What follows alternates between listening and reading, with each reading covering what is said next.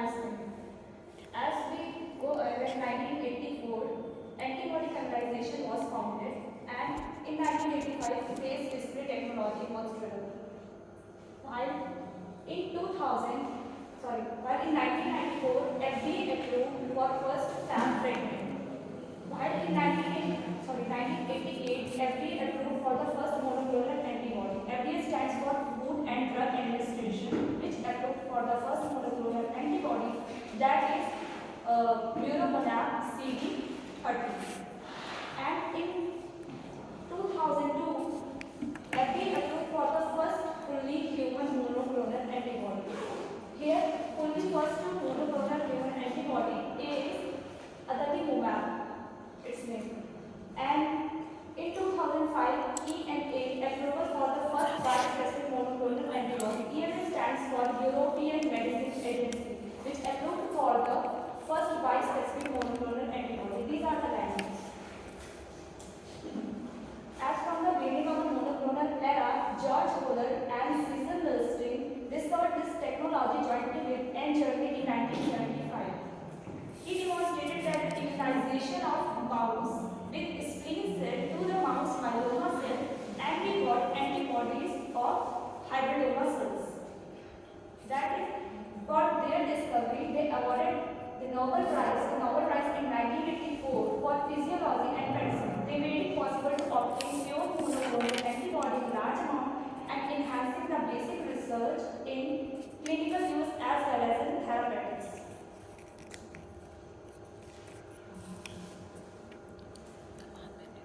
In 1907, Harrison first reproducible technique for growing cell in vitro developed. By this, many discoveries were later on discovered by in vitro technique. In 1914, Linus Pauling discovered first antibody model, and later on 1952, Gray et al. Discovered first continuous cell line derived from the human tumor, that is HeLa. HeLa cell line is the continuous cell line by which human culture was performed. In 1957, Burnett discovered clonal selection theory. Clonal selection theory is about the taking two different cells and fuse them with PEG, that is polyethylene glycol media, and after that we get hybrid cells. That is what we talked about. In 1959, Porter and Edelman discovered antibody structure. Porter and Edelman got Nobel Prize in 1962, and as well as in 1962, Porter and Boyce gave passage of myeloma different in murine host.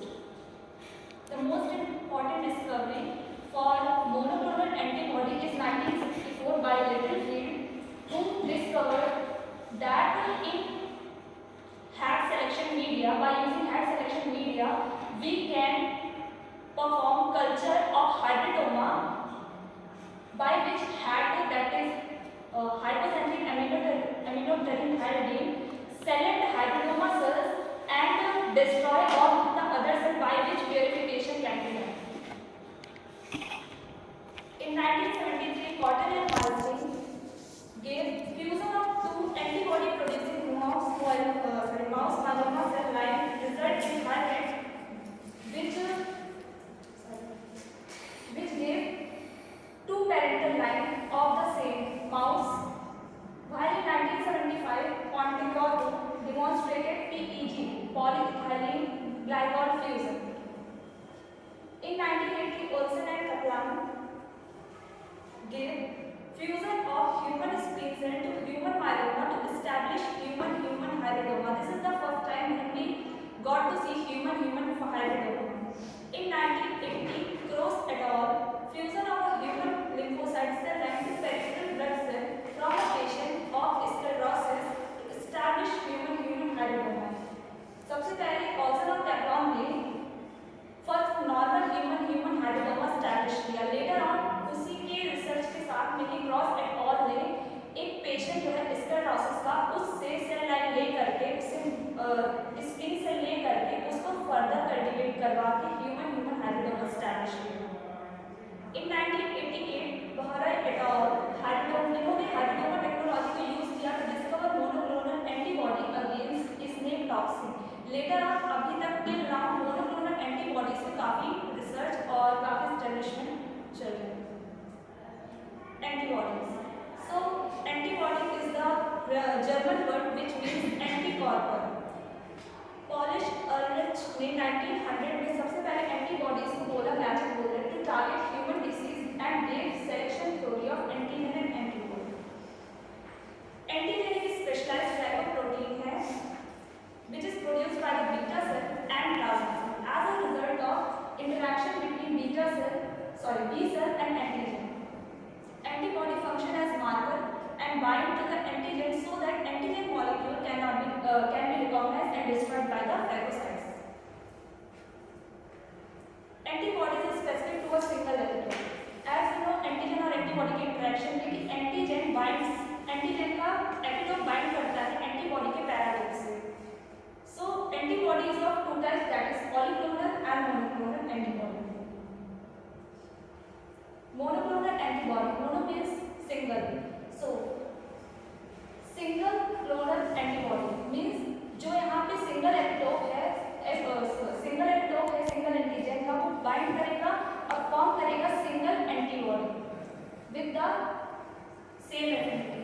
While in polyclonal antibody they are derived from the different cell line और इनका amino acid sequence में भी changes होते हैं। और polyclonal means different antibodies जो है यहाँ पे different antigen और different antibodies produce करते हैं। और difference में जैसे कि हम देख सकते हैं कि polyclonal antibody से हम लोग बहुत सारे B cell clones बना सकते हैं, जबकि monoclonal antibody से हम लोग single B cell clone बना सकते हैं।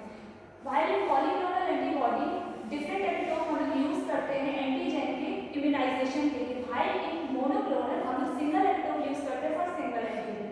एंटीबॉडी क्लास के बेसिस पे चलते हैं, तो पॉलीक्लोनल एंटीबॉडी जो है वो different mixture of antibody classes show करता है, while in मोनोक्लोनल हमको सिर्फ एक सिंगल एंटीबॉडी क्लास शो होता है। while in polyclonal antigen binding site पे अगर देखें तो डिफरेंट एंटीजन बाइंडिंग साइट्स होती है, क्योंकि डिफरेंट एंटीजन जो है वो बाइंड करते हैं डिफरेंट एपिटोप से। while in मोनोक्लोनल जितने भी एंटीबॉडीज होती हैं वो सेम एंटीजन से बाइंड करती हैं with the same antigen site. Monoclonal antibodies. So these are homogeneous preparation of antibodies in which every antibody is the product is identical in its protein sequence, and thus every antibody is expected to have the same antigen recognition site. The same antigen recognition site होगी, the same affinity होगी, biological interaction and downstream biological effects भी same होंगे। While in hybridoma, monoclonal antibody की production के लिए हम लोग hybridoma का यूज करते हैं, hybridoma टेक्नोलॉजी। तो hybridoma term means hybrid cell. Hybrid cells means दो सेल जो फ्यूज होकर के hybridoma फॉर्म करेंगे। तो फर्स्ट सेल है हमारी B cell, that is antibody producing B cell, जो कि HGPRT पॉजिटिव मीन्स इसके पास HGPRT एंजाइम है और इसके पास कैपेसिटी है एंटीबॉडी प्रोड्यूस करने की, बट इसके पास कैपेसिटी नहीं है इनडेफिनिट ग्रोथ की because of limited life span. while myeloma cell के पास कैपेसिटी है फॉर मल्टीप्लाइंग इनडेफिनिटली बिकॉज इसके पास कोई भी लिमिटेड लाइफ स्पैन नहीं है। while इसके पास एबिलिटी नहीं है टू प्रोड्यूस एंटीबॉडी और इसके पास एंजाइम रिच के लिए HGPRT एंजाइम रिच नहीं है, जिसकी वजह से जो ये सेल्स हैं वो सिंथेसाइज नहीं कर पाएंगे purine using an extracellular source of hypoxanthine as a precursor. HGPRT stands for hypoxanthine guanine phosphoribosyl transferase. Production of monoclonal antibodies. First monoclonal antibody produced by hybridoma technology using mouse splenocyte, that is B cell, was orthoclone OKT3 in 1986 by OrthoBio. Orthoclone OKT3 is also known as Muromonab CD30. The generation of monoclonal antibody producing cell required the use of animal, usually mice. कोई भी monoclonal antibody produce करने के लिए या कोई भी antibody production के लिए हम लोग बेसिक ऑब्जेक्ट माउस यूज करते हैं बिकॉज ऑफ फेवरेबल रीजन और the procedure yields a cell line capable of producing one type of antibody protein for a long period. जो प्रोसीजर है सेल लाइन का, अगर सेल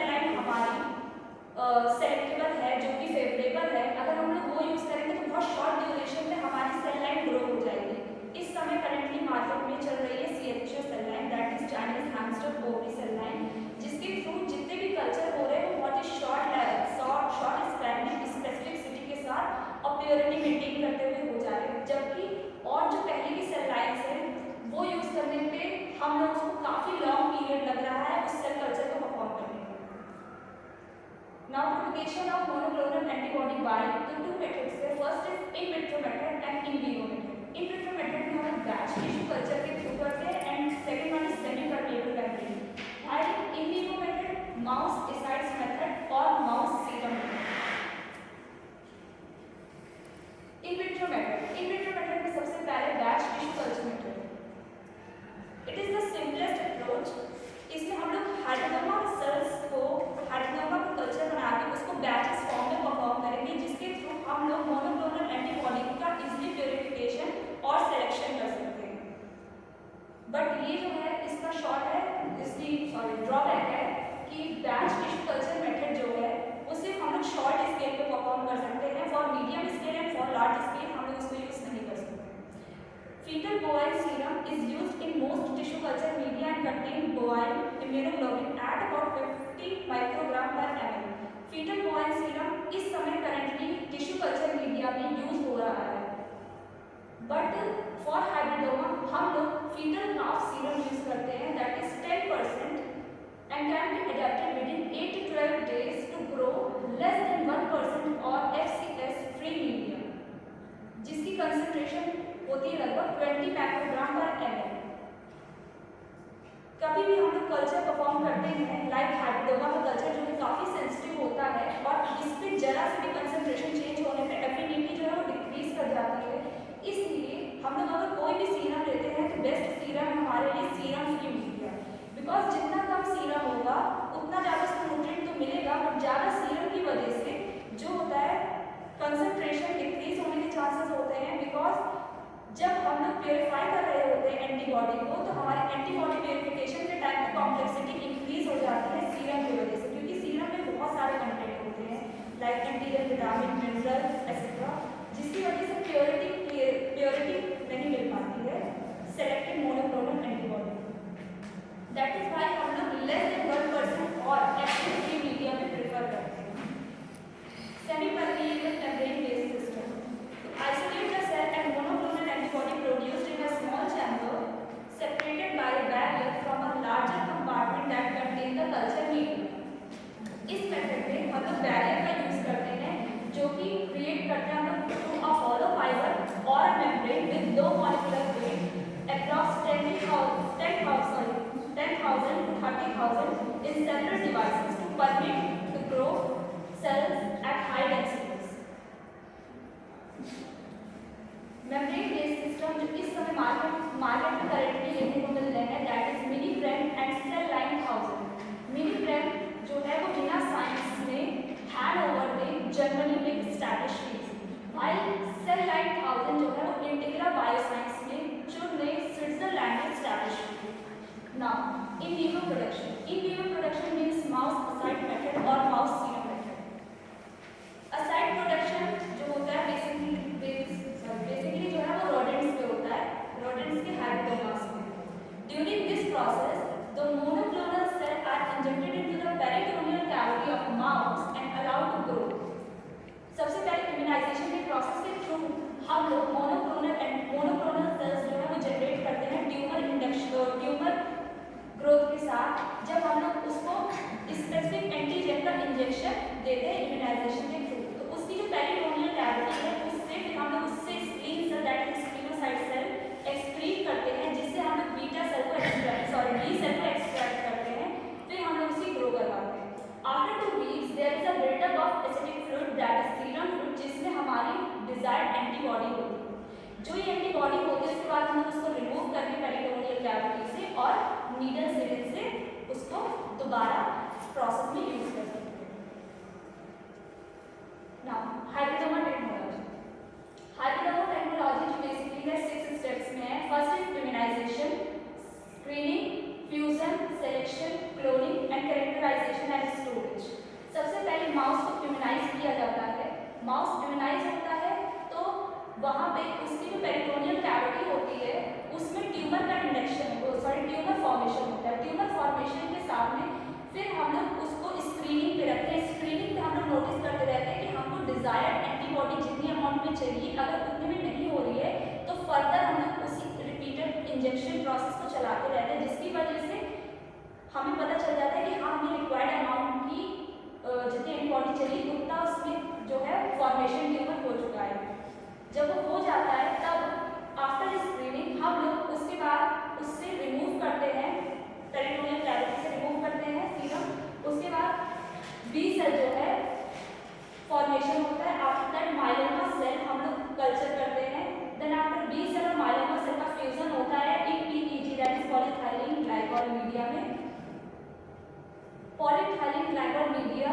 कुछ जगह नहीं यूज होता, वहाँ पे हम लोग इलेक्ट्रोफ्यूजन की प्रोसेस यूज करते हैं। Cell in head selection medium, head selection medium इसलिए यूज होता है to get the desirable hybridoma cell. After that myeloma cell dies and B lymphocyte cell also dies. जबकि सिर्फ हाइब्रिड सेल जो है उनकी फर्दर क्लोनिंग होती है, देन स्क्रीनिंग होती है।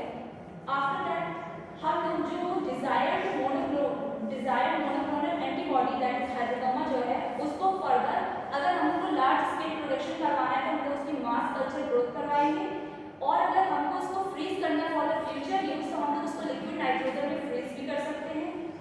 जिस माउस में, जिस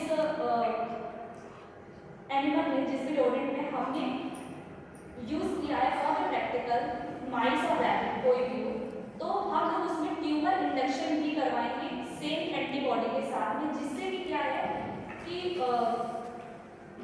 अभी बीच में चला था कि मतलब इलीगल हो गया था एनिमल्स पे रिसर्च करना, जस्ट बिकॉज कि क्या है कि हम लोग काफ़ी सारे रिसर्चर्स की वजह से उनकी डेथ हो जाती थी, तो इस पर कोई प्रोटोकॉल तो मेरे को भी याद नहीं आ रहा था नाम, तो उसकी वजह से तो हम लोग उसका इंडक्शन भी करवा सकते हैं, मोनोक्लोनल को एक्सक्रीट करवा सकते हैं through the injection.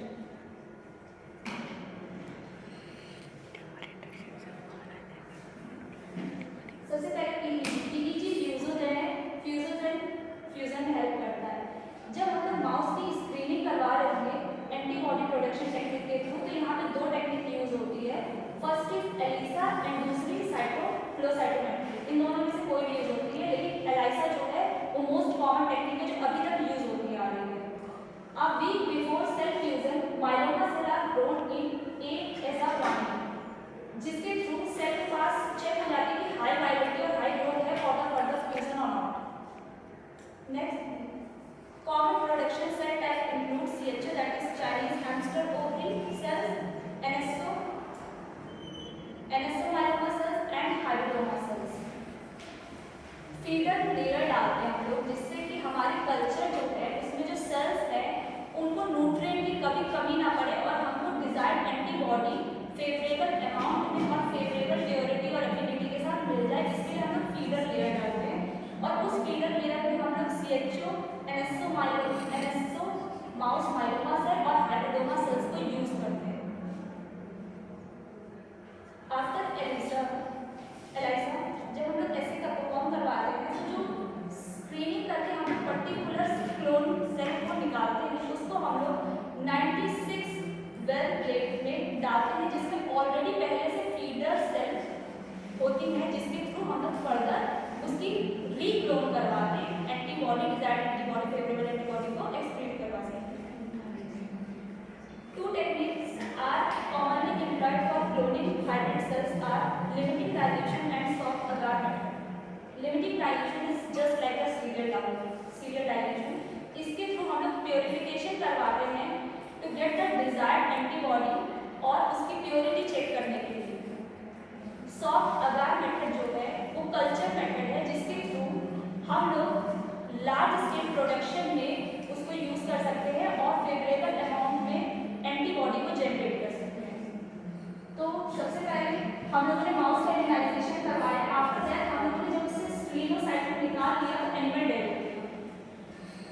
After that जब स्क्रीनोसाइट को निकाल लिया उसमें से हम लोगों ने स्क्रीन कर लिया लिम्फोसाइट को जो हमको डिजायर चाहिए। अब ये जो स्क्रीन सेल्स है ये हमारी HGPRP पॉजिटिव है, HGPRP पॉजिटिव है और IG पॉजिटिव है। IG पॉजिटिव मींस कि हमको एंटीबॉडी देंगे दैट इज IG पॉजिटिव, और HGPRP पॉजिटिव इसलिए क्योंकि मैंने पहले बताया था कि वो HGPRP की एंजाइम कंटेन करते हैं। आफ्टर दैट हम लोगों ने जो फ्रोजन माइलोमा सेल्स हैं उनको निकाला, उनको हम लोगों ने फ्रेश कल्चर करवाया with 8 as a warning। After that fresh culture के बाद से हम लोगों ने उस कल्चर को परफॉर्म करने के बाद आफ्टर सम टाइम उसमें से माइलोमा सेल एक्सक्रीट की। देन स्क्रीन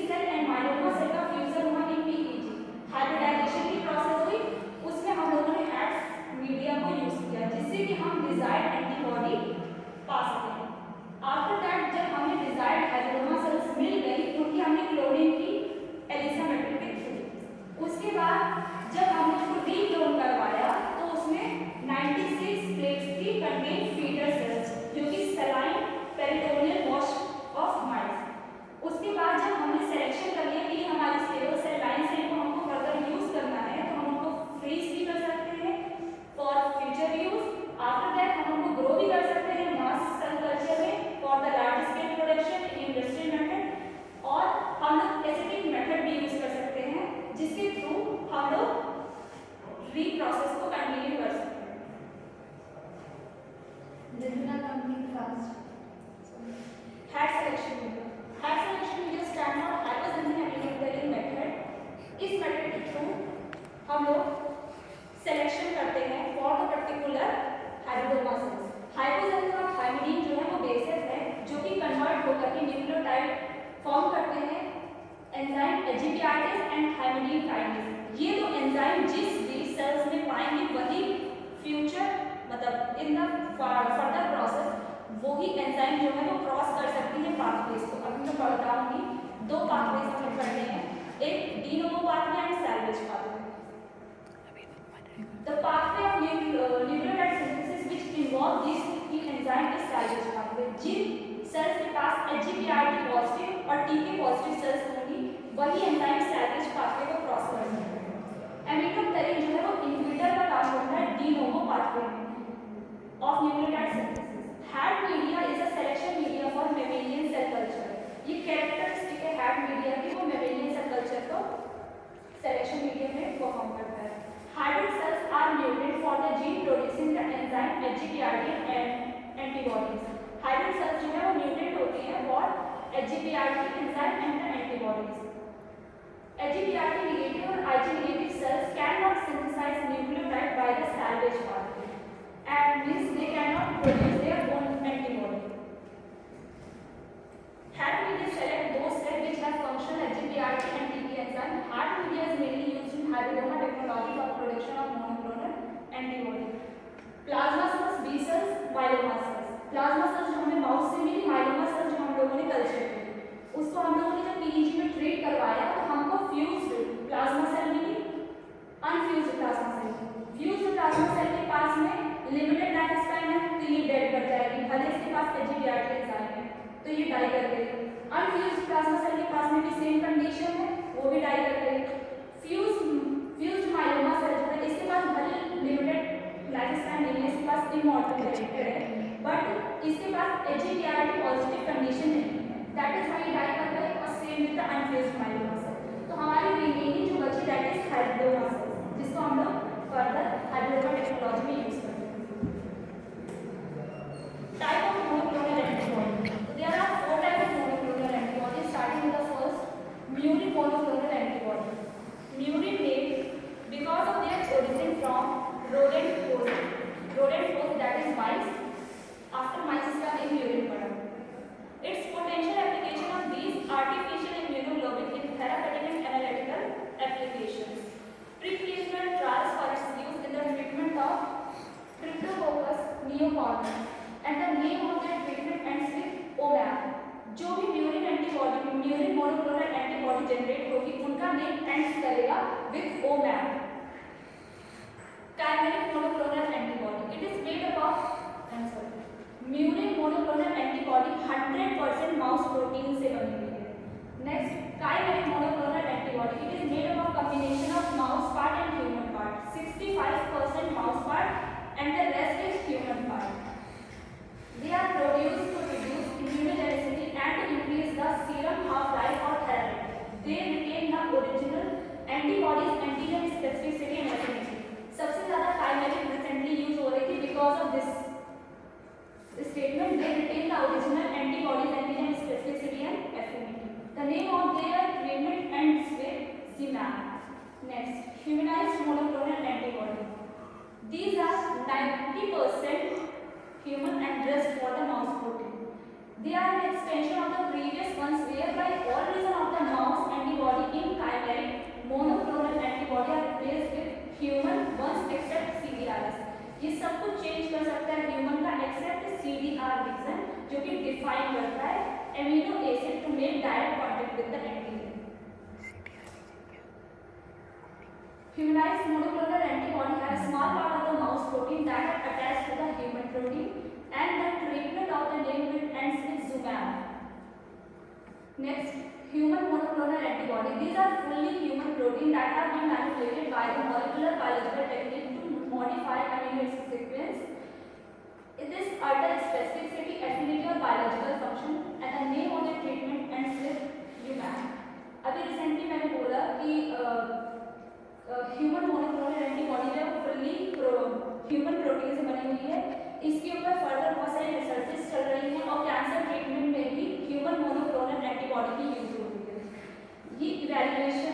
ये इवोल्यूशन है for the types of antibody. This is mouse, monoclonal, chimeric, humanized and the fully human.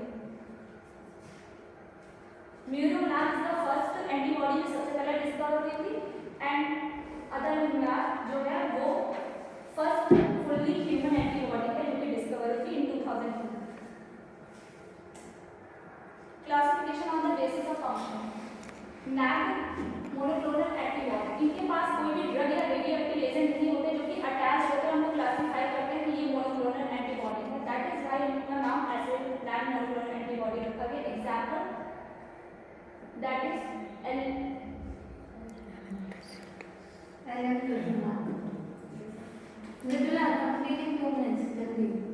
Next conjugated monoclonal antibody. Conjugated इसलिए है क्योंकि इसमें कीमोथेरेपी ड्रग यूज होती है as in combination with radioactive agent, जिसके through इनका easily modification हो सकता है. और इनके एडवांटेज ये है कि ये नॉर्मल सेल की बॉडी पार्ट्स जो है, बॉडी पार्ट्स जो एक्स्ट्रा बॉडी पार्ट्स है उनको डैमेज नहीं करती हैं.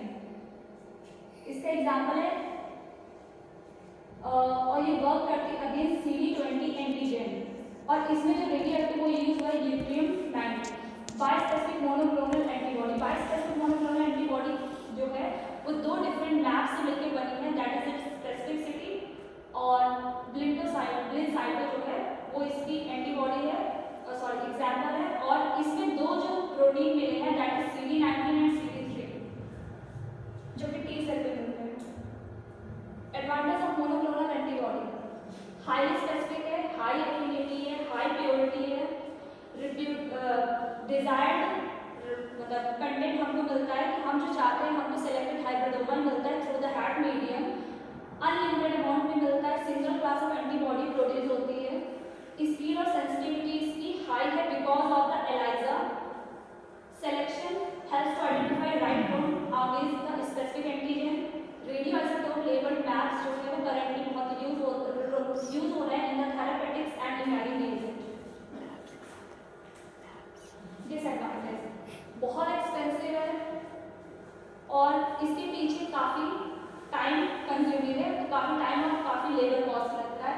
हाइब्रिडोमा सेल्स जो है वो कंटामिनेशन में जल्दी आ सकती हैं. Antibody sometime display unexpected cross reaction with unrelated antigen. जरा सी कंसंट्रेशन में अगर गलती हो जाती है at the time of the culture तो कंटामिनेशन बहुत ईजी है इन केसेस में. It may not reproduce the desired biological response. Average affinity जो है मोनोक्लोनल एंटीबॉडी की काफ़ी कम है. System is only developed for mouse and rat, not for the other animals. Slide modification affect the binding side of the antibody. ये side effect है जो monoclonal antibody के through हमको देखने को मिलते हैं. That is fever, chills, weakness, headache, nausea, vomiting, diarrhoea, rashes, change in blood pressure and faintness. Application. In diagnostic application में तो सबसे पहले बायोलॉजिकल एनालिसिस में तो प्रेगनेंसी की cases, cancer, hormonal disorder, infectious disease, high diagnostic imaging, cardiovascular diseases, myocardial infection, deep vein thrombosis, atherosclerosis और cancer. Highly इम्यूनोहिस्टोपैथोलॉजिकल of cancers के treatment में, हेमाटोपोइटिक मैलिग्नेंसीज में और बैक्टीरियल इन्फेक्शंस में. थेरेपेटिक एप्लीकेशन में देखें तो destroying disease causing organism in treatment of cancer, immunosuppression of organ transplantation, in the treatment of AIDS and in the treatment of autoimmune diseases. Treating targeting agents in therapy. Monoclonal antibody is used as immunotoxins